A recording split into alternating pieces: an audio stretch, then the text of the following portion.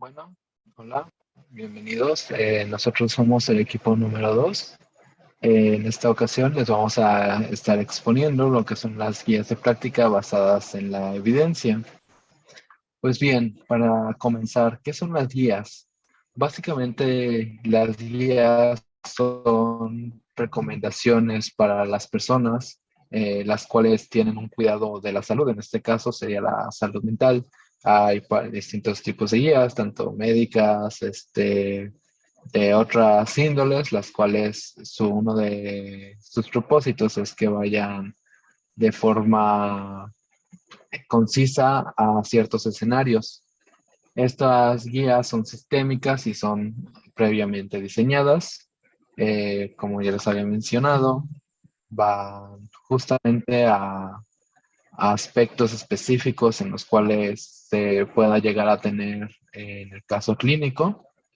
Y estas guías van dirigidas tanto para los profesionales de la salud, tanto como para los pacientes o las personas que acuden por algún tipo de servicio con algún profesional. ¿Qué es lo que buscan principalmente? Pues básicamente estos tienen la función o ejercen un campo de aplicación. Esto, en pocas palabras, es crear ciertos parámetros para que los profesionales tengan una guía, un método, una forma de realizar ciertos procesos o procedimientos en cuanto a la aplicación de algún diagnóstico, a cómo va a trabajar con el paciente y todo ello. ¿Por qué? Porque se veía que a veces los métodos que utilizaban eran demasiado exorbitantes, exagerados, no mostraban buenos resultados. Entonces es básicamente ir guiando, buscando un solo camino, el cual obviamente va a tener ciertas derivaciones, como aquí lo dice, son una guía, no quiere decir que sean literalmente una receta de cocina la cual se va a seguir, es simplemente guiar al profesional en ciertos escenarios para que tenga alguna idea de cómo va a llevar cierto método. Y bueno, las prácticas basadas en la evidencia, básicamente son todos aquellos los cuales ya se han visto de forma científica, que tienen alguna funcionalidad o tienen un respaldo por el método científico. Esto quiere decir que, pues básicamente ya han sido comprobados. Hay que tener en cuenta que también las enfermedades mentales, pues, son multifactoriales, entonces siempre se va a estar buscando el cómo o cómo llegar más allá de un método disperso. Siempre se va a buscar un método específico.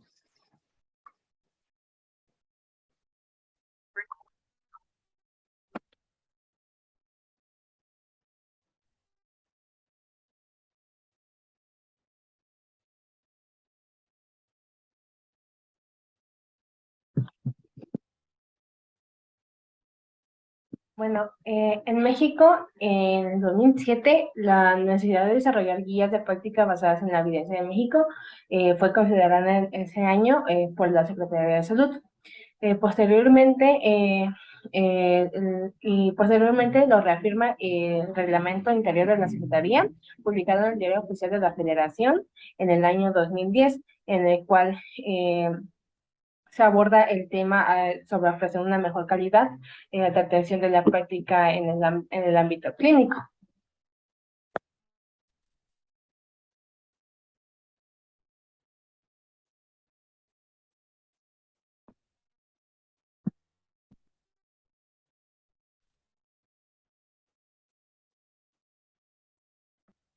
Bueno, las GPC y los 6 criterios. Los 6 criterios para ser viables habla de uno, es el cual tienen como objetivo tener una guía de práctica clínica para qué población va dirigida y descriptiva detalladamente del grupo de trabajo en la que lo va a elaborar. Dos, los autores deben ser profesionales, los cuales sean de diversos temas. Aquí habla acerca de que son españoles. Y tres, las GPC han sido producidas, actualizadas y también evaluadas durante los últimos 5 años. El número 4, la información de conflicto va hacia donde debe tener un interés de forma clara. El número 6, los métodos, como se acá, de búsqueda deben explicarse como evidencia, como tener una cierta evidencia, en el cual el número 6, la recomendación de la GPC habla acerca de que debe estar ligada a bibliografías con el fin de poder identificar qué tipo de fuentes y evidencias son las que las sustentan.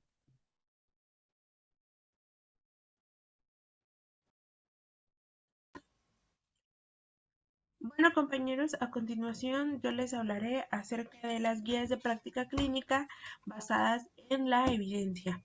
Como tal, el autor propone que lo primero que debemos de hacer es definir evidencia.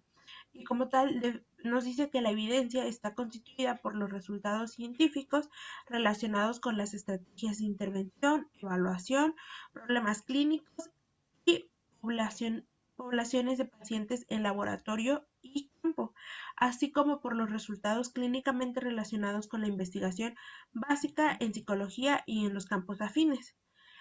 Dentro de lo que nos define como la evidencia, nos dice que está basada en el método científico y en la evidencia empírica. Nos dice lo que, lo que busca es comprobar que el método funciona o que hay una función en relación a las estrategias de intervención que se proponen o que se van a utilizar.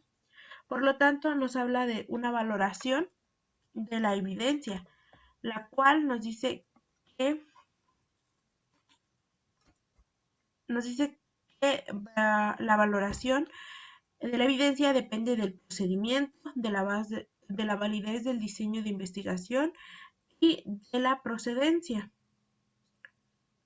No, de la validez del diseño de investigación, de los métodos y del procedimiento.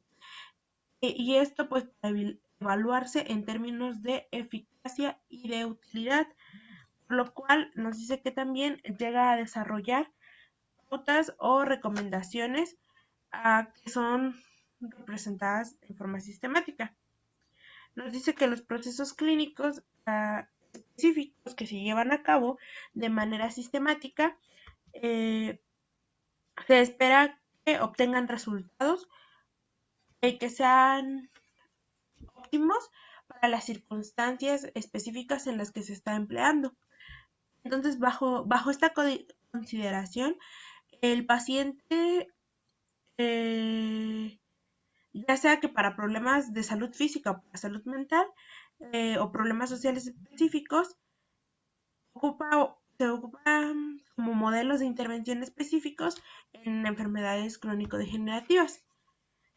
En las guías de práctica clínica nos dice que las guías se definen como el desarrollo de pautas o recomendaciones presentes de forma sistemática que ayudan al profesional y al paciente en la toma de decisiones sobre el cuidado de la salud y de la intervención apropiada para atender circunstancias clínicas específicas.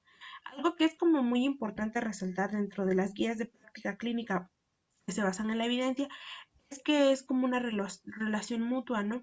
En la que el psicólogo o el terapeuta, mejor dicho, está todo el tiempo como en sintonía con el paciente para que juntos como que dialoguen de lo que se va a hacer, el método que se va a utilizar, de qué manera se va a llevar a cabo la intervención para que esté como en su conocimiento lo que va a hacer o el proceso que va a continuar. Entonces, nos dice que en las guías de práctica basadas en la evidencia se debe tomar como base la evidencia empírica, la opinión clínica, ya que permite a los usuarios, tanto al psicólogo como al paciente o al consultante, poder evaluar y tomar decisiones pertinentes para cada caso. Y aunque sí se le permite hasta un cierto punto al paciente como que evaluar o tomar las decisiones, o sea, no es como que termine o sea, no es como que él vaya a tener al 100% definido o se vaya a hacer lo que él quiera, ¿no? Sino que esto también va bajo la consideración de, del clínico o del terapeuta. Entonces, como nos dice que está basado en la evidencia, nos dice que la diferencia fundamental entre las anteriores es justo que se identifican de manera clara la composición de los miembros que participan en la elaboración de las guías de práctica y estandarizan la búsqueda y evaluación crítica de la bibliografía. Como tal, este modelo de intervención, o bueno, estas guías de práctica tienen objetivos. El primer objetivo es promover el cuidado de alta calidad y la mejora y homogenización de la calidad de los tratamientos que se ofrecen y aplica a los usuarios de servicios psicológicos. Y el segundo objetivo es avanzar en la educación de los profesionales y los propios sistemas de salud sobre tratamientos más eficaces de entre todo lo disponible. Como tal, eh, el libro nos plantea que así como también nos va como diciendo cómo se deben de ir como desarrollando ciertas cosas o qué debemos de tomar en cuenta, también nos plantea las competencias que promueven resultados terapéuticos positivos. Dentro de estas competencias está el desarrollar una valoración y juicios diagnósticos bien fundamentados, formulaciones sistemáticas del caso y planes del tratamiento, es decir, como tener todo estructurado para que el resultado sea positivo, o bueno, más bien requiere de que todo esto esté bien estructurado para tener resultados positivos, para poder promoverlos. También necesita, o bueno, también lo compone el tomar decisiones clínicas, llevar a cabo los tratamientos diseñados y supervisar el progreso que lleva el paciente. Es decir, como a partir de esta valoración que se hizo y de las decisiones que se tomaron, es darle un seguimiento al tratamiento de la persona y en este seguimiento sobre todo es ir checando qué tanto sí está funcionando, qué tanto no está funcionando el tratamiento. Entonces también nos dice que debe poseer y utilizar competencias interpersonales que permitan la formación de alianzas terapéuticas. Como sabemos, las alianzas terapéuticas pues justamente son necesarias en todo proceso terapéutico para poder obtener como los resultados de conducta, digamos, que buscamos o los resultados simplemente que buscamos. También requiere adquirir habilidades profesionales. Esto va más como en nuestro campo, que al momento de que vamos a ir poniéndolo en práctica o conforme lo vayamos haciendo, justo nos brinda adquirir habilidades de valoración, de poder hacer tal vez con mayor facilidad un examen del estado mental o las valoraciones, tener una impresión diagnóstica como desde el poder analizar lo que está externando la persona. Entonces también nos dice que debe evaluar y utilizar la investigación usando la ciencia psicológica basada y aplicada. Debe entender cómo influye en el individuo las diferencias culturales y contextuales en el tratamiento. Busca los recursos disponibles cuando se necesiten y tener una razón poderosa para desarrollar estrategias clínicas adecuadas a cada caso. Es necesario que se desarrollen a cada caso porque no todos los casos son los mismos y era como comentaba en la clase pasada, ¿no? Llegan a ver tal vez escenarios o contextos distintos en los que esta atención se tiene que como personalizando hasta un cierto punto. Entonces, dentro de los tipos de guía que maneja la basada en la opinión de los expertos, la basada en el consenso y la que está basada en la evidencia. Entonces, de la basada en la opinión de los expertos, nos dice que no existe como tal una metodología que esté estructurada para la elaboración y esto puede haber Debido a esto puede haber sesgos en las recomendaciones finales. Después nos habla de los tipos de guías que están basados en el consenso. En estos difieren en que estos ya ya tiene una metodología que es mucho más estructurada. Esta sí como conlleva todo este ejercicio de ir como organizando. Y nos dice que para la elaboración hay que encontrar, o sea, sí pueden encontrarse sesgos en la selección de los estudios, eh, los cuales le llega al establecimiento de acuerdo a través de la evidencia científica analizada. Es decir, una es como, no tiene una metodología como tal, por lo cual los sesgos siempre, o sea, siempre hay sesgos finales, digamos. Mientras que en los basados en el consenso, estos sí tienen una metodología que está estructurada y dentro de esta metodología que está estructurada, los sesgos que se encuentran en la selección de estudios se llevan al establecimiento en donde se va a hacer como el estudio o la evidencia o el análisis de la evidencia científica que esto posea. Por último tenemos los basados en la evidencia, los cuales hacen una diferencia fundamental con los anteriores, ya que identifican de manera clara la composición de los miembros que participan en su elaboración, por lo cual nos dice que estandariza la búsqueda y evalúa la evaluación crítica de la biografía. Y esto es todo por mi parte.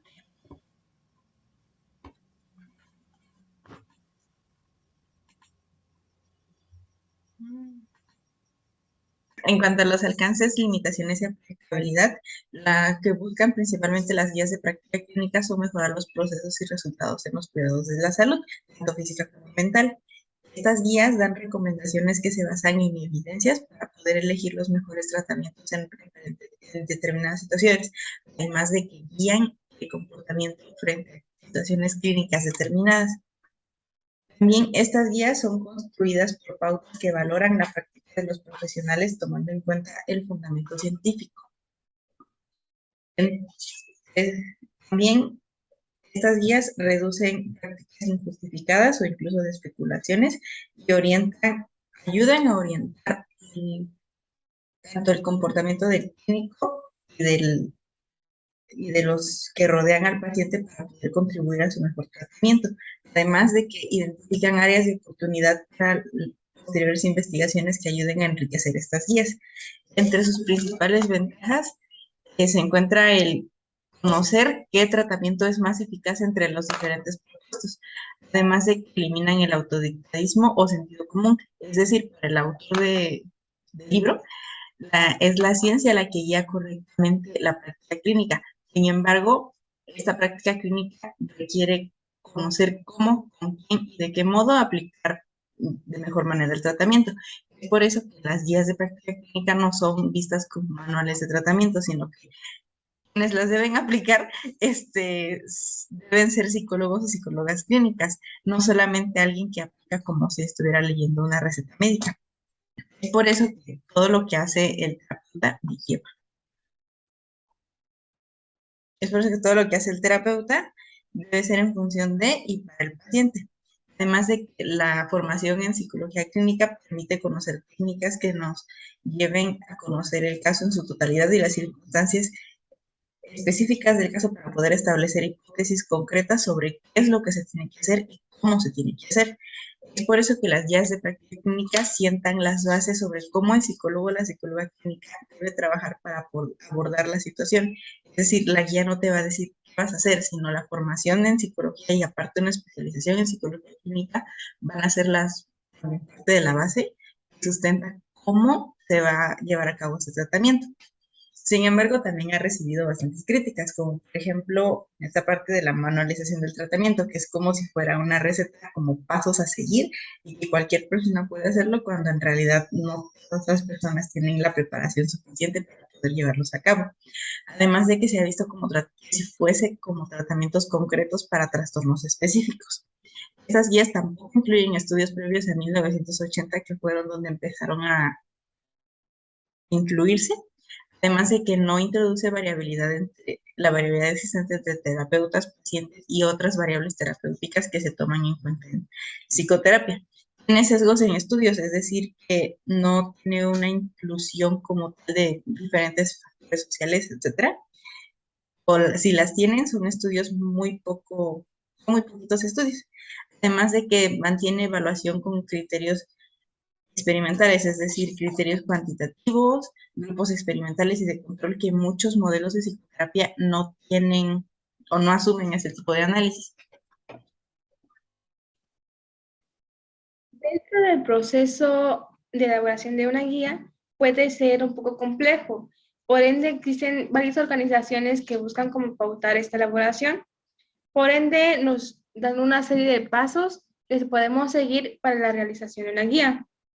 El primer paso es definición del tema. La definición del tema puede variar, puede tener la definición, porque mediante va avanzando la investigación o el proceso o el procedimiento, eh, el tema puede ir como cambiando, y de ahí tenemos lo que es la identificación de preguntas clínicas relevantes.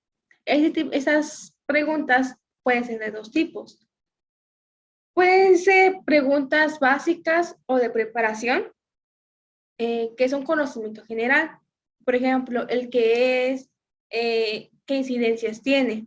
Y el segundo tipo es de clínica, son clínicas o de acción.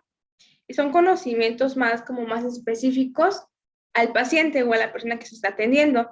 Por ejemplo, se le pueden hacer preguntas como en el tiempo real, por ejemplo, lo que está pasando en su vida. Todo esto es para llevar a una toma de decisiones, o sea, es un poquito más específico.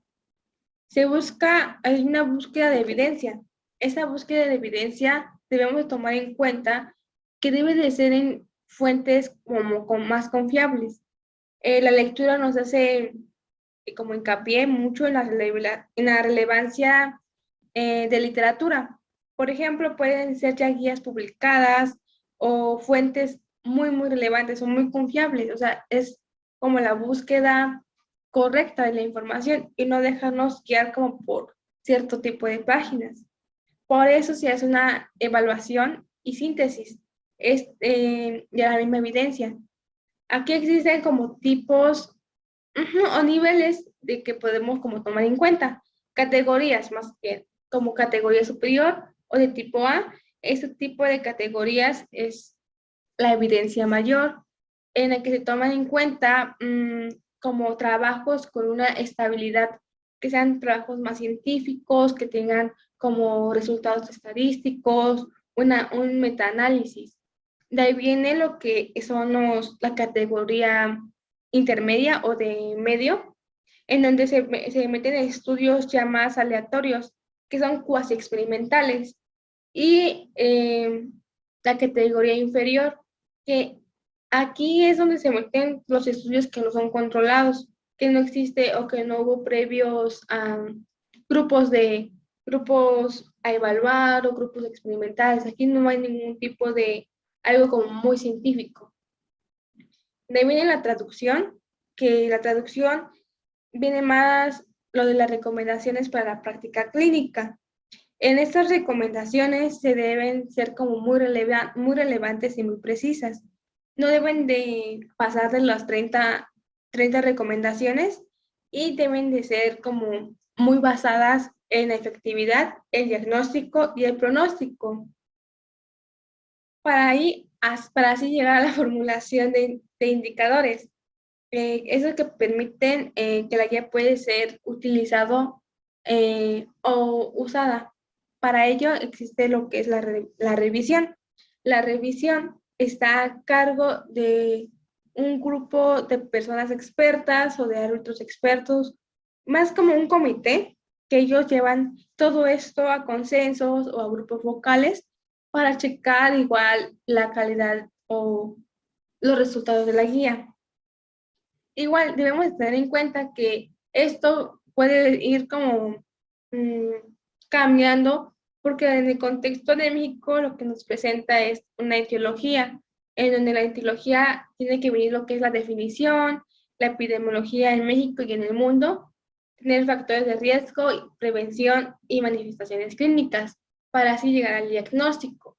En el diagnóstico se van a agregar lo que es la evaluación clínica, los criterios clínicos, técnicas de evaluación clínica, los instrumentos de tamiz. Recordemos que los instrumentos de tamiz nos permiten poder tener como algo previo o, ajá, es el uso de un procedimiento previo para detectar algún tipo de síntoma o de trastorno y para llegar a un diagnóstico y el diagnóstico clínico, en donde tienen que tomar en cuenta los valores predictivos y poder llegar a un tratamiento. El tratamiento puede ser farmacológico, una psicoterapia, adherencia a terapeuta, y estos tratamientos deben estar en constante supervisión y seguimiento, recordando que cada tratamiento es específico para cada paciente. De ahí tenemos que checar lo que son los cuadros y las figuras de rutas clínicas y agregar lo que son las referencias. Y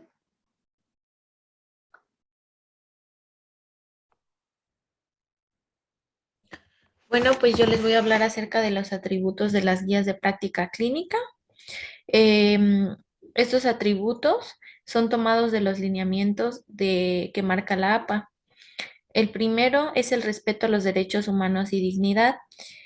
Estas guías deben reflejar sensibilidad a aspectos que están relacionados con la cultura, con el género, con la orientación sexual, con la raza, con la religión, con el estado socioeconómico, entre algunos otros puntos. El segundo es la necesidad. Bueno, aquí para desarrollar una guía de práctica clínica, pues se deben tomar en cuenta las carencias que existen, ya sea tanto a nivel local como nacional e internacional. Debe haber una delimitación del alcance, es decir, deben estar como muy marcados los límites hacia los usuarios, la cantidad de usuarios a la que va dirigido, de igual manera el contexto en el que es aplicable. Debe haber una evitación del prejuicio. Se debe evitar a toda costa el prejuicio dentro de las guías de práctica clínica. Debe tener un valor educativo, es decir, debe funcionar como una herramienta educativa. Debe tener consistencia interior, lo que nos dice que debe ser congruente y coherente y no se debe contradecir a sí mismo. Debe tener una base teórica, es decir, debe tener una base teórica que sea sólida y actualizada, y de igual manera que esté basada en investigaciones. Debe tener viabilidad, es decir, debe tomarse en cuenta que las pautas que contenga la guía pues se puedan utilizar en el ambiente de la práctica actual. El lenguaje, en el lenguaje, pues aquí se debe tomar en cuenta que se deben evitar tecnicismos, eh, que debe ser un lenguaje coherente y, y que de alguna manera no muestre que obligatoriedad, es decir, que no contenga enunciados como deberías o deberían. Debe ser claro, es decir, pues las pautas que contenga estas guías de práctica clínica, pues deben estar redactadas de forma clara, concreta y sin equivocaciones. Y el último punto, pues, es la compatibilidad.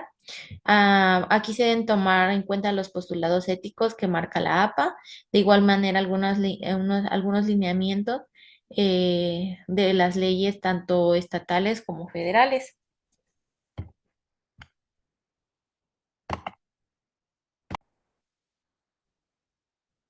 Bueno, según la APA, hay ciertos elementos que deben constituir una guía. El primero es la introducción, donde se va en primer lugar a informar cuál fue la razón del desarrollo de esta guía, así como los pasos para su desarrollo, eh, El segundo elemento es el propósito. Aquí los autores de las recomendaciones pues van a declarar de manera clara el propósito de su elaboración, así como van a decir de manera precisa a quién está dirigido, quiénes son los beneficiarios, cuáles son los límites, la pertinencia.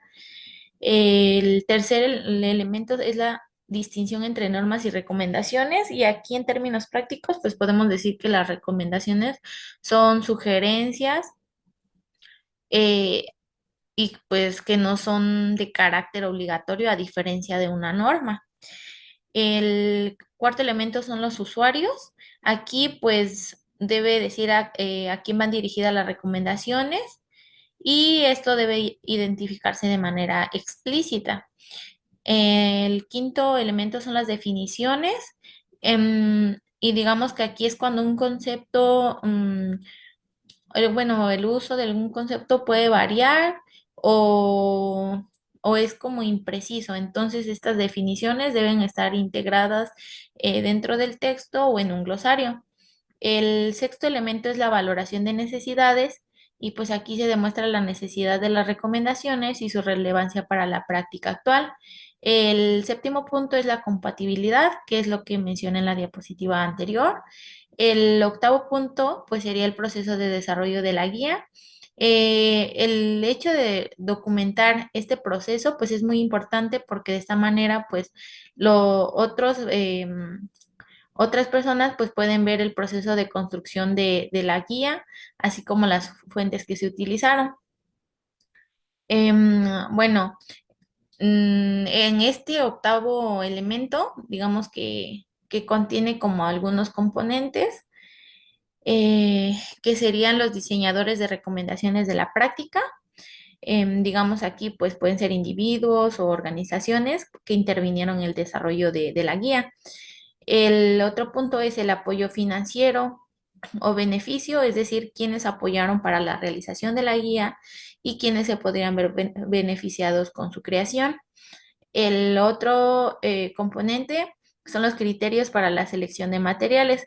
Es decir, aquí como que se describe el proceso de cómo fue seleccionada la literatura, las fuentes, la evidencia, así como que también se debe eh, incluir como los criterios del por qué fue incluida o excluida información de la misma. El otro componente son las declaraciones de recomendaciones de práctica. Digamos que esto está dirigido específicamente para los profesionales de la psicología. El otro componente es el proceso de revisión de la documentación. Em, digamos que aquí la propuesta de recomendaciones debe tener un proceso de revisión preliminar y opinión de expertos, y para que de esta manera pueda ser como aceptada o reconocida en el ámbito de la psicología y por consiguiente difundida. El último componente es el estado y expiración de las recomendaciones de la guía. Es decir, bueno, aquí deben tener como una fecha límite, y esta no debe pasar de los 10 años. Y algunas otras, digamos bueno, algunas leyes eh, podrían tener una fecha de expiración de entre 5 y 7 años. Em,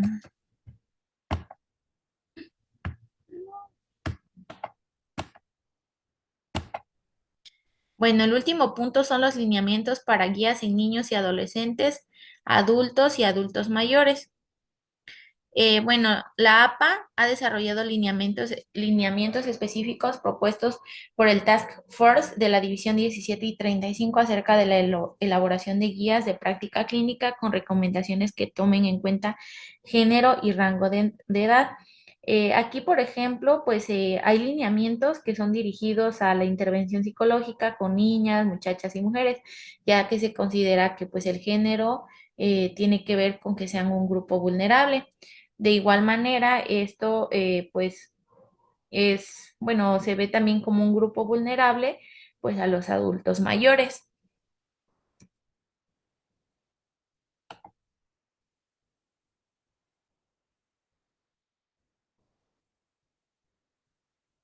Para terminar, recordemos que la guía clínica trata los trastornos de salud mental y salud física, también las alteraciones emocionales y los problemas psicosociales de alta prevalencia que inciden en la vida del sujeto. Estos también afectan en la vida social, en el ámbito laboral, en el ámbito educativo y en el ámbito familiar de una persona, por lo cual tener un padecimiento de la salud mental es muy desgastante tanto económicamente como emocionalmente, por lo cual las guías de práctica clínica son recomendaciones sistemáticas que se le hacen al terapeuta para que lleve una buena praxis en el área clínica.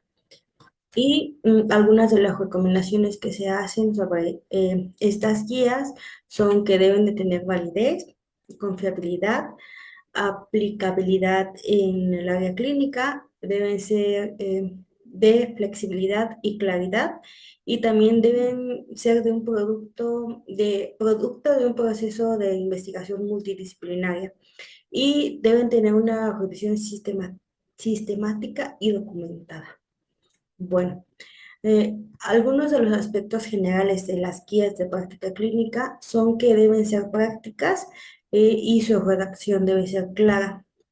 Mm, eh, Estas guías sirven para brindarles recomendaciones a los profesionales de la psicología y también para mantenerlos actualizados sobre nuevos padecimientos y nuevos trastornos. También sirven como base de la educación, a la formación y hasta de entretenimiento a los psicólogos clínicos y de la salud.